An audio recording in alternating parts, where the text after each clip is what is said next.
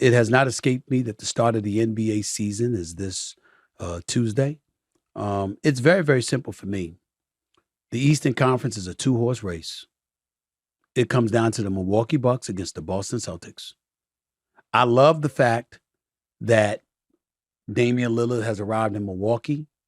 Even though Drew Holiday is a tremendous loss, he is not the assassin that Damian Lillard is. When you think about Giannis Antetokounmpo, the improved health of Chris Middleton, the new coach, and Adrian Griffin, the Bobby Portises of the world coming off the bench, the Brooks Lopez still in tow, etc. Milwaukee's bench might be a bit compromised, but I believe the Eastern Conference Finals will come down to them, and it will come down to the Boston Celtics. Now, the Boston Celtics lost Marcus Smart, and I think that's a tremendous loss. He's a rough rider, heart and soul of the team. But you gave Jaylen Brown over $300 million.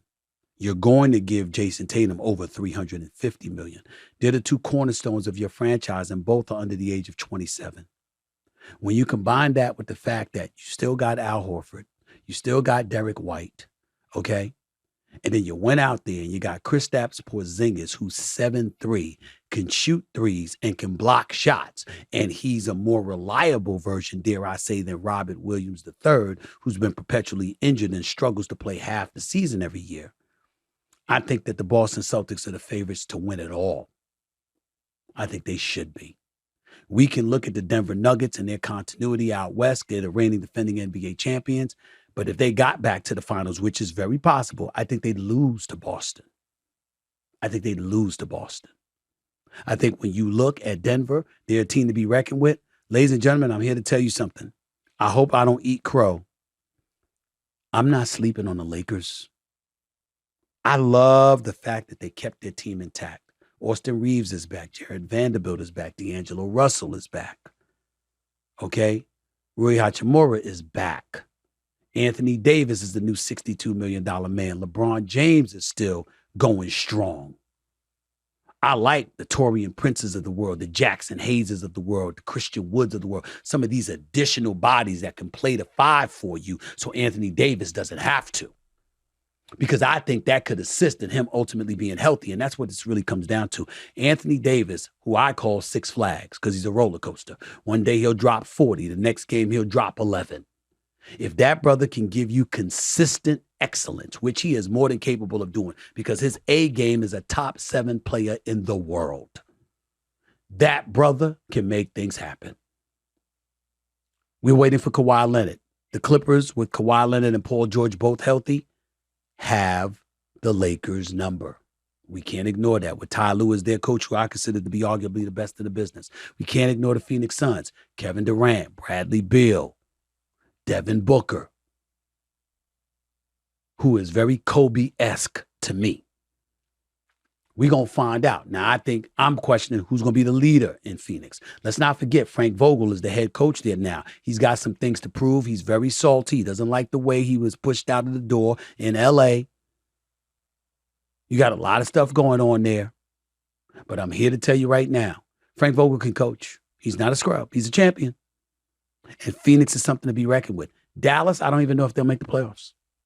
With Kyrie and Luka, offensively, nobody can stop them. Defensively, who they going to stop? I don't know if they're going to make the playoffs. I'm looking at Minnesota, and Sacramento is coming. De'Aaron Fox is a star. I'm not sold on Sabonis, but I love Malik and De'Aaron Fox together. I love Keegan Murray. Love him. I'm looking at them. Harrison Barnes is a champion, knows what he's doing out there, does his job. I'm looking at Mike Brown, knows what he's doing as a coach. I like what I'm seeing in Sacramento. Can't ignore them. So things are going to be very interesting out west. I think you have 5 legitimate title contenders out west. I really, really feel that way. At least you got Denver, you got both LA teams, you got Phoenix. Okay? You got Phoenix there. I'm going to look at Memphis. When Ja Morant comes back after his 25-game suspension, do you have any idea the mission he's going to be on? Do you have any idea how he is going to wreak havoc upon people? Do you know what y'all are in for with Ja Morant when he comes back? I'm scared for the league when Ja Morant comes back. This brother's a superstar. I think he's going to be more focused than ever. Brandon Clark, Steven Adams ain't hurt no more like they were in the playoffs last year. Memphis is not, and Dylan Brooks is gone, but Desmond Bane is still there. I like what I'm seeing, and I'm telling y'all, I can't sleep on the Memphis Grizzlies. Can't do it. And I damn sure ain't sleeping on Sacramento. That's 6 teams out west. I ain't even count Minnesota. Didn't even count them. And Anthony Edwards is coming. Still got Karl Anthony Towns with him. And Rudy Gobert. So it's nothing. Lakers got swept by Denver. Minnesota beat Denver in one of those games. So we got to remember this. Pay attention to what's going on. Back east, James Harden. I don't blame him for how he feels, ladies and gentlemen. If Daryl Morey lied and ghosted him the way that he told people Daryl Morey did, James Harden should be irate. He just should think about his teammates too, because they didn't do it to him. And they need him. And until you are traded, in all likelihood, to the Clippers, toe the line. Just be cool. We know that you called Daryl Morey a liar. We know that. We know that you said you never want to play for them again. We know this. We know why. We got it. We understand.